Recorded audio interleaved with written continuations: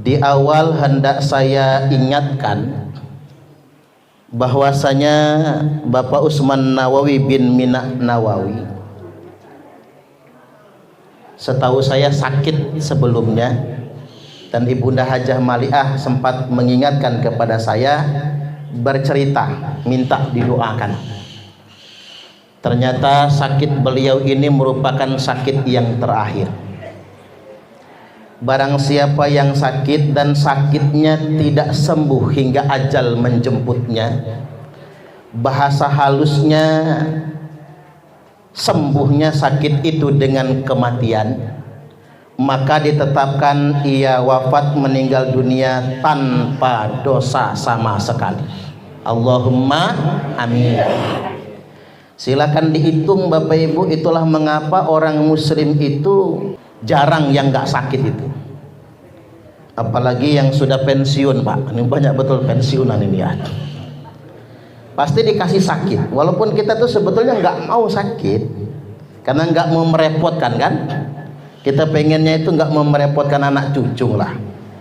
Tetapi jangan berburuk sangka dengan sakit, karena sakit yang menghantarkan kepada ajal itu penghapus dosa-dosa, sehingganya wafatnya tanpa dosa sama sekali. Ini yang terpenting yang ingin saya ingatkan. Makanya Rasulullah sallallahu alaihi wasallam bersabda, man qala la ilaha illallah wallahu akbar, la ilaha illallah wahdah, la ilaha illallah wahdahu la syarikalah, la ilaha illallah lahul mulku wa lahul hamdu, la ilaha illallah wala haula wala quwwata illa billah. Barang siapa yang waktu sakitnya membacakan 5 kalimat ini, man qalaha fi maradi, barang siapa yang mengucapkan kalimat ini ketika sakitnya, thumma mata, ternyata sakitnya enggak sembuh, lalu kemudian ia mati, lam tat'amhun nar, maka ingat di akhirat nanti dia tidak akan dibakar api neraka, tidak akan dimakan oleh api neraka. Ini rahasia yang enggak boleh ditutup-tutupi, Pak. Semua orang alim, kiai, ustadz wajib ngasih tahu ini. Nah, ini karena kalimatnya kalimat tahlil, ingin saya talkinkan malam ini. Ayo saya ngucap, Bapak Ibu ngikutin. La ilaha illallah wallahu akbar. La ilaha illallah wahdah. La ilaha illallah wahdahu la syarikalah. La ilaha illallah lahul mulku wa lahul hamdu.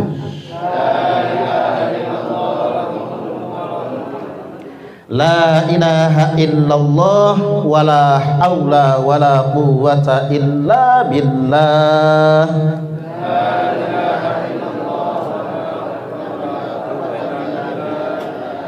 Semoga Bapak Ibu nanti kita semua di akhirat tidak akan pernah dimakan api neraka. Allahumma amin, amin ya rabbal alamin. Hadirin wal hadirat rahimakumullah. Dalam kitab Nihayatuz Zain, kitab Nihayatuz Zain ini karya Syekh Nawawi Tanara Al-Bantani Al-Jawi Al-Indonesia. Beliau adalah ulama besar asal Tanara, Banten, yang merantau ke Mekah Al-Mukarramah dan kemudian menjadi ulama di sana, menjadi pimpinan ulama Tanah Hijaz. Tanah Hijaz itu Mekah, Madinah, dan beliau diangkat menjadi imam Masjidil Haram. Sampai hari ini belum ada, Pak, orang Indonesia yang seperti beliau menjadi pemimpin ulama Tanah Hijaz. Kalau kayak kita ini apa ya, ketuanya ulama-ulama itu kayak majelis ulama lah, Pak. Beliau ketua ulama Tanah Hijaz, Mekah, Madinah, tempat pusatnya Islam dan menjadi sekaligus imam Masjidil Haram. Dalam salah satu kitabnya beliau menuliskan bahwasanya hadayal ahya'i lil amwati ad-du'a wal istighfar. Hadiah orang hidup untuk orang yang sudah mati itu doa dan istighfar. Dalam matan yang lain disebutkan ad-du'a was-shadaqah, doa dan sedekah. Jadi malam ini kita sedang mengirimkan hadiah untuk orang tua kita Bapak Usman Nawawi. Hadiah kita malam ini 1 doa, 2 istighfar, 3 sedekah untuk beliau. Nah, keterangan ini disebutkan dalam kitab Nihayatul Zen halaman 281. Jadi bapak-bapak, ibu-ibu nggak usah ragu ini Pak, nggak bid'ah ini, enggak. Ini bukan ulama sembarangan, Imam Masjidil Haram, dan ngarang banyak sekali kitab, ratusan yang dikarang beliau. Jangankan kita, orang Arab saja belajarnya sama beliau, orang Mekah Madinah saja belajarnya sama beliau. Dan beliau wafat di sana, dimakamkan, dan ketika makamnya hendak dipindah, ternyata jasadnya masih utuh sampai detik ini. Bayangkan Pak, beliau ini lahir tahun 1813 Masehi. Sekarang sudah 2024, berapa abad itu? Jasad dalam kubur itu sudah berapa abad? Jadi artinya memang Allah tunjukkan kepada dunia internasional, ini bukan orang sembarangan, ini ulama. Perkataannya menjadi nasihat bagi kita semua. Maka salah satunya adalah doa, istighfar dan sedekah adalah hadiah untuk orang mati. Jadi mohon maaf saya bahas begini duluan ini Pak, gini, karena belakangan itu hadiah untuk orang mati itu udah berubah jadi bunga papan Pak. Kalau ada yang mati berderet bunga papan itu, saya menghukuminya nggak haram lah, boleh-boleh aja. Apalagi yang mati pejabat kaya Pak, mapas sampai macet jalan gara-gara bunga papan itu. Tapi boleh-boleh saja pakai bunga papan, nggak jadi masalah buat nyenengin orang hidup kan. Karena yang baca kan anak cucunya, Gubernur Lampung Insinyur Haji Arinal Junaidi mengucapkan turut berduka cita, kan ada ngebungah lah, kita jadi senang ngebacanya itu. Tapi ingat, itu bukan doa, itu sekedar hiburan buat yang masih hidup. Doa yang terbaik buat orang mati adalah, sekali lagi, hadiah yang terbaik buat orang mati adalah doa seperti yang kita lakukan malam ini. Termasuk mohon maaf Bapak Ibu, ngijing kuburan. Ngijing itu bukan hadiah. Mau kuburan kita marmer dengan marmer paling mahal, pesannya langsung ke Spanyol umpama Pak, yang bawa Messi sama Ronaldo, mungkin bayar sampai 10 miliar barangkali, nggak ngaruh buat orang mati, nggak ngaruh. Cuman saya ditanya orang, Ustadz, apa hukumnya ngijing kuburan? Boleh. Kita Ahlus Sunnah wal Jamaah Bapak Ibu menghukumi ngijing kuburan boleh, tapi di tanah kita sendiri. Kalau di tanah wakaf, tempat pemakaman umum, itu tanah wakaf kan? Itu harus izin sama nazir tanah wakaf, harus izin dengan pemerintah setempat, nggak boleh langsung ngijing, karena itu bukan tanah kita, tanah wakaf itu soalnya. Boleh kita ngijing kalau di tanah kita sendiri. Makanya kuburan Nabi dikijing kan? Coba kalau ziarah makam Nabi, yang bisa lihat kan kita Pak, yang laki-laki, kita intip dari lubangnya itu ada kijingnya makam Nabi itu di marmer. Jadi ada tandanya, ada bangunannya. Boleh. Mengapa kuburan Nabi boleh? Karena Nabi dimakamkan di kamarnya sendiri, yakni di kamar Aisyah Ummul Mukminin radhiyallahu anha. Makanya sumbang saran buat ibu-ibu di dalam ini, kalau bapak suaminya meninggal ya Bu, kalau bisa kuburin di kamar ibu aja. Enak aja kata mama. Udah hidupnya nyusahin, mati gua ditongkrongin. Percayalah sampai kiamat nggak laku rumahnya dijual. Karena ada kuburan suami ibu. Hanya kita nggak mau, nggak sanggup ibu-ibu Pak menguburkan kita di kamar, nggak sanggup, nggak yakin, percayalah. Tapi Aisyah menguburkan Nabi di kamarnya sendiri dan di kijing boleh. Jadi perlu saya ingatkan, ngijing itu boleh di tanah wakaf kalau izin. Kalau nggak dapat izinnya sudah kasih tanda saja. Wong itu bukan tanah kita. Nah yang kaya-kaya itu makanya beli tanah dewek buat kuburan. Kaya, tanah lebar, kontrakan banyak, punya segalanya, tanah kuburan gak kebeli. Nah jangan sampai, harus punya tanah kuburan. Jadi balik lagi, hadiah untuk orang yang sudah meninggal dunia itu satu doa seperti yang kita lakukan malam ini, dua istighfar memintakan ampun kepada Allah, dan yang ketiga sedekah. Maka keterangan ini dan ada beberapa hadis yang lain yang disimpulkan, maka muncul perkataan Umar ibnu Khattab radhiyallahu an. Beliau berkata, as-shadaqatu ba'da dafni, sedekah yang dikeluarkan setelah penguburan akan kekal pahalanya sampai 3 hari. Makanya hari pertama ketika selesai dikuburkan dianjurkan sedekah. Ahli keluarga yang ditinggalkan bersedekah pahalanya kekal sampai 3 hari. Sedekah pada hari ketiga akan kekal pahalanya sampai hari ke-7 malam ini. Sedekah pada hari ke-7 akan kekal pahalanya sampai hari ke-25. Walaupun sedekahnya nggak harus undang-undang begini, maksudnya harus ada sedekah. Ya kalau bisa habis 7 hari itu selawean. Hitung-hitung nambah proyek pusat hamam lah Pak ya. Proyek mimpin tahlil kan gitu. Biar bisa beli imamah yang warna merah sama hijau kan gitu. Karena sudah ada yang putih. Sedekah pada hari ke-25 akan kekal pahalanya sampai hari ke-40. Sedekah pada hari ke-40 pahalanya bertahan sampai hari ke-100. Makanya ada istilah 40 hari 100 hari.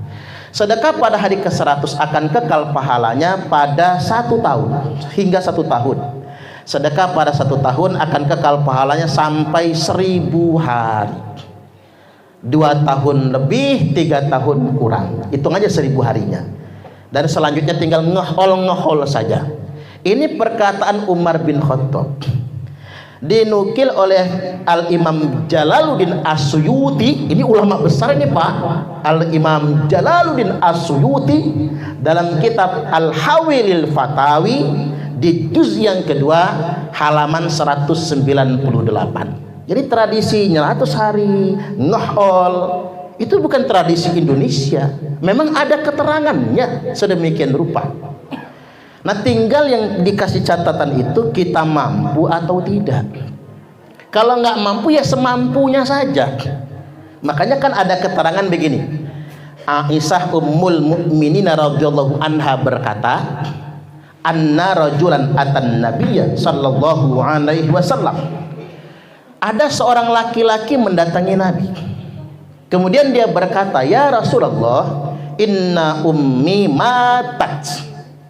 Wahai Rasulullah, ibuku mati. Nah itulah orang Arab, bahasanya mati aja Pak. Sama kayak orang kita kan mati semua. Yang halus kan cuma orang Jawa. Orang Jawa nyebutnya empun sedo, wafat, meninggal dunia. Tapi kalau preman mati bongko katanya Pak, diobong nang neraka katanya. Ada tingkatan-tingkatannya kan. Inna ummi matat, ibuku mati. Walam tus, kemarin waktu mati tidak ada wasiat apa-apa, nggak ada pesanan, nggak ada omongan. Jadi berbuat baik untuk orang tua tuh nggak perlu wasiat. Kan ada yang ngomong orang tua wasiat nggak, kalau nggak wasiat ngapain dikerjakan? Loh ini jelas ini Bapak Ibu. Hadis Sahih Bukhari, Sahih Muslim ini, Sahih muttafaqun alaih. Walam tus, ibuku nggak pesan apa-apa, nggak wasiat apa-apa. Wa adhunnuha law takallamat tasaddaqat. Cuman aku ini mikir-mikir ya Rasul, kata dia.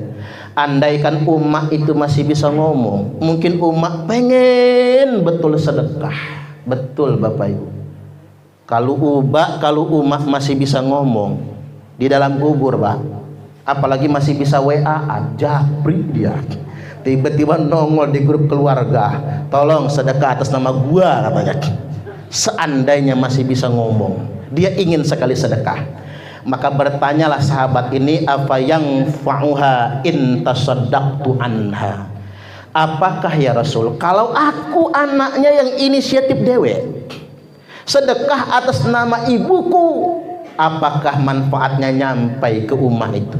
Jawab Nabi, na'am, tasaddaq anha, ya sedekahlah atas nama ibumu.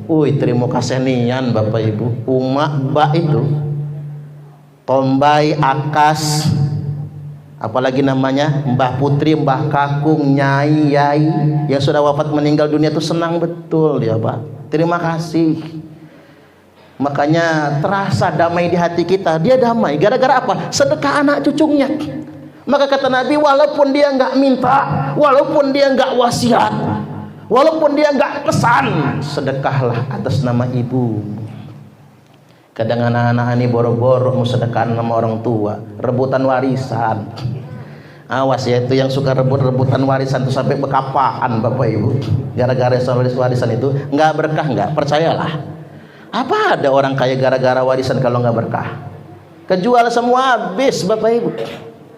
Kecuali kalau berkah. Orang tua mewariskan banyak harta, begitu ditinggal orang tua tetap berkah. Anak cucu soleh-solehah. Apa yang didapat makin berkah, makin bisa dinikmati.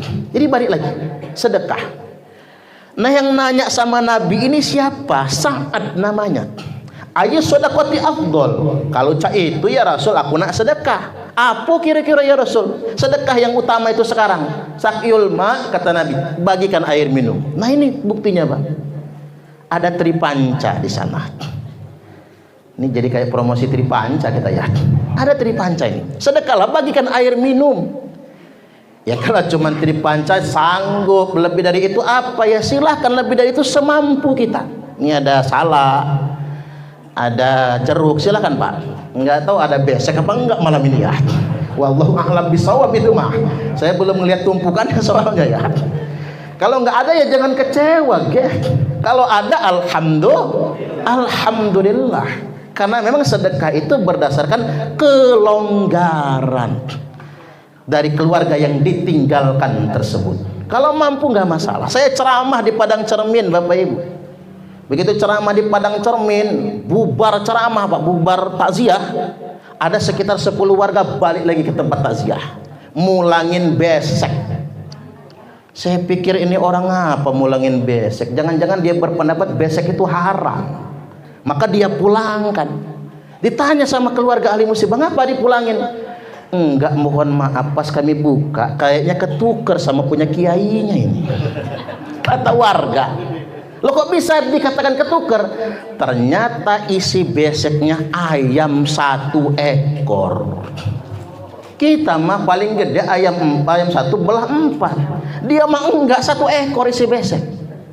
Kata ahli musibah, memang semua yang takziah isi beseknya ayam 1 ekor.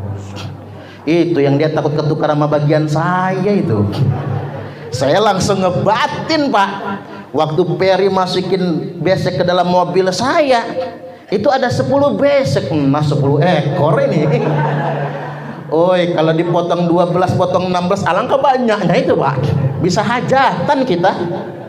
Loh mengapa keluarganya melakukan itu? Karena dia mampu. Usut punya usut, ternyata memang punya usaha kandang ayam. Pokoknya kata dia 1 kandang kita panen, nggak kita jual, khusus untuk tahlilan itu. Sedekah untuk orang tua yang sudah wafat meninggal dunia nggak masalah. Saya pernah ceramah di Pahoman, mantan bupati yang meninggal dunia, semua yang takziah dikasih besek double Pak, semua. Segitu banyak orang datang. Yang takziah yang nggak tahu lah tahlilan yang baca apa itu, begini bukunya mulutnya komat kamit aja pokoknya, nggak tahu baca benar apa enggak. 2 1 orang. Yang mimpin silsilah 3. Yang mimpin Yasin dapat 4. Yang mimpin tahlil dapat 5. Yang mimpin doa dapat 6. Yang ceramah 7.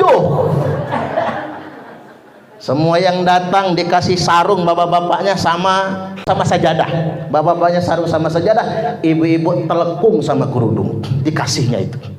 Begitu bubar pulang Pak, nunggu keluarganya di pintu gerbang, semua yang datang diamplopin, ini untuk ongkos berangkat ke sini tadi. Diamplopin. Saya langsung ngebatin Pak, yang takziah saja diamplopin, apalagi saya yang ceramah ini. Mapas kata orang Lampung. Artinya Bapak Ibu, mengapa itu dia lakukan? Karena orang mampu, mantan bupati dan belum pernah ditangkap KPK. Karena udah ketangkap lain urusan itu Bapak Ibu, udah banyak yang habis soalnya persediaan itu. Ketika itu diniatkan sedekah, nggak jadi masalah, dan itu luar biasa nilainya. Artinya berdasarkan kelonggaran. Walaupun sedekah itu tidak mesti berbentuk makanan, juga bisa dengan istighfar atau dengan bacaan Al-Quran. Makanya kita berkumpul malam ini. Mengapa mesti Yasin yang dibacakan buat orang mati? Karena Nabi bersabda, Iqra'u Yasin ala mautakum, bacakan Yasin atas yang mati di antara kalian. Hadis ini tercantum dalam kitab Sunan Ibnu Majah, nomor hadis 1448, Sunan Abi Dawud nomor hadis 3221, dan tercantum dalam kitab Musnad Imam Ahmad 19427, dan disahihkan dalam kitab Sahih Ibnu Hibban oleh Al-Hafiz Ibnu Hibban. Yang saya pening itu begini Pak, kita ini jelas-jelas Yasin itu ada perintahnya kan, suruh diperintah Nabi baca Yasin buat orang mati. Tapi masih ada aja yang ngeyel, Yasin itu bid'ah, kullu bid'atin dolalah, tiap-tiap bid'ah sesat, wa kullu dolalatin finnar, tiap sesat masuk neraka. Artinya gara-gara kita membaca Yasin masuk neraka semua kita gitu. Nggak masuk akal bagi saya, nggak masuk akal Bapak Ibu. Lagi pula begini, kalau ada orang ditanya hukumnya apa, jawabnya bid'ah, berarti dia sama sekali nggak ngerti ajaran Islam. Karena nggak ada hukum bid'ah, itu nggak ada loh Pak. Sejak kapan bid'ah jadi hukum? Hukum itu Bapak Ibu wajib, sunnah, makruh, kemudian mubah, kemudian haram, sah dan batal. Kan cuma itu kan, 5 tambah 2 7. Jadi ketika orang mengatakan ini hukumnya apa, lalu dia jawab bid'ah, itu masalah itu Pak, masalah. Berarti dia nggak ngerti hukum agama. Sedangkan baca Yasin sudah ada perintahnya dari Nabi Sallallahu Alaihi Wasallam. Walaupun begini, kita nggak bisa maksa ke orang. Yang Yasinan cukup kita aja Pak, yang suka, yang demen. Yang nggak suka Yasinan, yang nggak usah dipaksa gitu. Kan keyakinan masing-masing, sesuatu itu sampai sesuai dengan keyakinan. Kalau nggak yakin ya jangan dipaksakan. Jadi kita nggak usah ngurusin orang, nggak perlu menyalahkan orang. Tapi mereka juga jangan nyalahin kita. Yang nggak enak tuh begini, disalahkan orang. Kayak kita hidup bertetangga, ya urusin saja rumah tangga kita sendiri, nggak usah ngurusin rumah tangga orang. Makanya ada pepatah orang di pasar kan Pak, laki-laki yang rajin mencium istrinya relatif lebih panjang umur jika dibandingkan dengan laki-laki yang mencium istri tetangganya. Ya iyalah, dibacok orang, jangan macam-macam Pak. Jajal kalau nggak percaya, kelar hidup lo. Jangan macam-macam, orang Madura kena carok itu, jangan macam-macam. Jadi artinya kita ini kan nyaman kalau kita menghormati perbedaan pendapat. Jadi jangan menghukumi amal orang lain, apalagi itu perbuatan baik yang ada ajarannya, ada perintahnya, ada kesunahannya. Nah kalau Yasin masih kepanjangan, baca Fatihah saja jadilah. Karena mengapa? Al-Fatihatu lima quri'at lahu, Al-Fatihah tergantung niat yang membaca. Al-Fatihah dibacakan buat orang mati, bagus, itu doa. Jadi nggak hafal betul doa, Fatihah jadilah. Dibacakan buat orang sakit, bagus. Dibacakan buat anak kita biar betah sekolah, bagus. Biar pinter, bagus. Anaknya sedang mondok, dibacakan Fatihah, bagus. Bapak-bapak hidung belang mata keranjang, bacain Fatihah, bagus. Makanya ibu-ibu pengajian Aisyah itu sering saya ajarin, kalau lakinya hidung belang Bu, rajin-rajin bacain Fatihah, hilang belang di hidungnya, nggak akan keranjangan lagi matanya. Termasuk Al-Fatihah dibacakan buat bini yang cerewet kelewat, bagus Pak.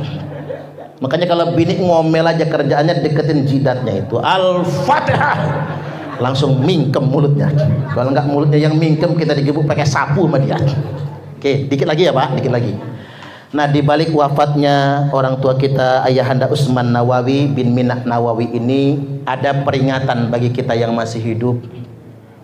Tiba gilirannya kita pasti akan mati juga. Ingat umur Bapak Ibu.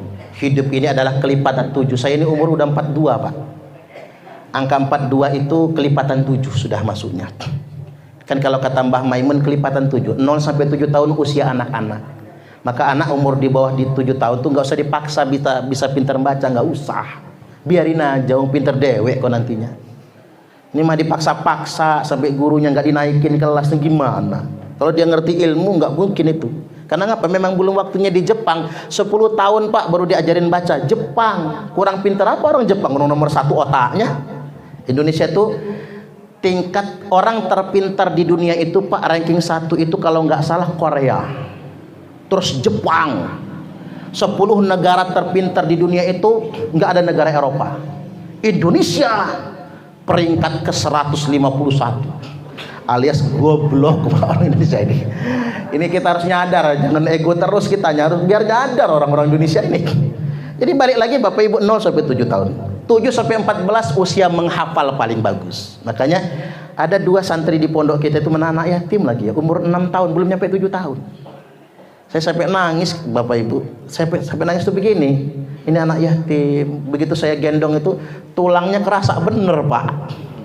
Kurus, anak yatim soalnya, kurus. Ya baru seminggu sih di pondok ya, tapi kata saya usahakan setengah tahun di pondok gemuk nih anak yatim kata saya. Artinya di rumah mungkin nggak keurus Pak, karena ibunya jadi tulang punggung dan harus kerja ke sana kemari di pondok kita itu. Tapi saya yakin betul karena dia dari umur 6 tahun, 7 tahun masuk pondok, mudah-mudahan ngapalnya cepet. Ya kita bareng-bareng lah sama ibu-ibu Aisyah ya Bu ya, kita sekolahkan anak yatim ini sampai jadi sarjana nantinya. Amin, amin ya rabbal alamin. Umur 14 sampai 21 itu usia paling bahaya. Paling bahaya anak-anak itu di usia itu Bapak Ibu. Karena kena efek bandwagon. Apa itu efek bandwagon? Ikut-ikutan. Maka coba lihat, yang suka tawuran itu Pak, tawuran, geng motor, semuanya itu di usia 14 sampai 21 kan. Itu bahaya banget. Makanya masukin anak ke pondok pesantren agar nggak terjebak dalam pergaulan bebas. 21 sampai 28 usia menikah. Nah, ini ilmu. Ibu-ibu jangan memaksa anaknya menikah. Menikah paling cepat itu umur 21. Menikah paling telat umur 28. Menikah paling tepat umur 25. Maka benar rumus anak-anak muda itu, kalau umur masih 25 jodoh di tangan Tuhan. Tapi kalau umur 28 lewat belum nikah-nikah, Tuhan angkat tangan. Males Tuhan Pak, udah bujang tua sono lu. Makanya yang belum nikah-nikah cepatlah nikah. Umur 28 sampai 35 usia bekerja. Kerja apapun yang penting halal. Kita harus punya komitmen. Kerja itu nggak harus jadi pegawai. Kalau semua kerja harus jadi pegawai, Bapak Ibu bangkrut, negara kita siapa yang ngegajinya? Yang penting berkarya halal. Umur 35 sampai 42 usia kaya. Maka tandainlah kalau umur kita di interval 35 sampai 42 kaya, insya Allah kata Mbah Maimun Zubair akan kaya selamanya. Tapi kalau umur 42 lewat belum kaya-kaya, masih melarat juga, terima melarat kata beliau. Karena mengapa? Kaya bukan soal harta, kaya soal rasa. Betapa banyak orang yang kaya harta tapi miskin rasa. Tidak sedikit orang yang katanya miskin harta tapi kaya rasa. Semoga kita semua kaya harta dan kaya rasa. Umur 42 sampai 49 usia tobat. Nah, ini titik tekan saya malam ini. Yang umurnya sudah 42 tobat. Yang belum, kalau sampai 49 nggak tobat juga, nanti kena sayur nangka bumbu kemiri. Tua bangka nggak tahu diri, alias tua-tua keladi makin tua makin jadi. Umur 49 sampai 56 usia termatang manusia. Makanya kalau ingin lihat orang matang umurnya Pak, 49 56. Kalau umur segitu mau jadi apa aja hebat. Jadi wali kota hebat, jadi gubernur hebat, jadi presiden hebat, jadi wakil presiden juga hebat. Matang. Kemudahan tidak, ketuaan juga belum. 56 sampai 63 usia ajal. Maka angka kematian tertinggi umat ini 56 63. Bapak Ibu yang malam ini sudah 56 siap-siap. Itu jadwal kematian soalnya. 63 sampai 70. Nah, yang sudah kelewat 63, 64 lewat, tanda panjang umur. Alhamdulillah. 70 sampai 77. Begitu angka 77 enggak mati, malaikat Israilnya lupa. Pantes enggak mati-mati. Kata Israel, lupa gua, kata dia. Untung lu ingetin. Gimana cara ngingetin Israel? Kalau orang sudah tua renta, sakit, nggak bisa bangun lagi, kita yasinkan. Apa tujuan kita meyasinkan Bapak Ibu? Bukan nyuruh dia mati, bukan. Untuk mengingatkan malaikat Israel. Kalau dia lupa, terima kasih dia sama kita. Artinya Bapak Ibu, artinya inilah hidup. Dunia cuman sementara, akhirat kekal abadi selama-lamanya. Terakhir, mumpung masih hidup, mari kita semua bersiap. Innamal a'malu bil khawatim. Segala amal tergantung akhirnya. Nabi bersabda, innallaha yaqbalu taubatal abdi ma lam yughargir. Sesungguhnya Allah akan tetap menerima taubat hambanya selama nyawanya belum mendesak-desak di tenggorokan. Terlalu baik Allah yang selama ini kita sembah Bapak Ibu. Bayangkan saking baiknya, nggak ada kata terlambat untuk bertobat, terkecuali nyawa sudah sampai di tenggorokan kita. Baik, itu saja apa yang saya sampaikan pada kesempatan malam ini. Sekali lagi semoga orang tua kita, ayahanda Utsman Nawawi bin Minakwawi ya, Allah angkat derajatnya, Allah lapangkan kuburnya, dan Allah tempatkan di surga kekal abadi selama-lamanya. Allahul muwaffiq ila aqwamit thariq. Wassalamualaikum warahmatullahi wabarakatuh. Kami adalah Laskar Sabilillah, pecinta Wali Songo dan para anbiya, pewaris peradaban Islam di Nusantara hingga berkibar bangsa Indonesia.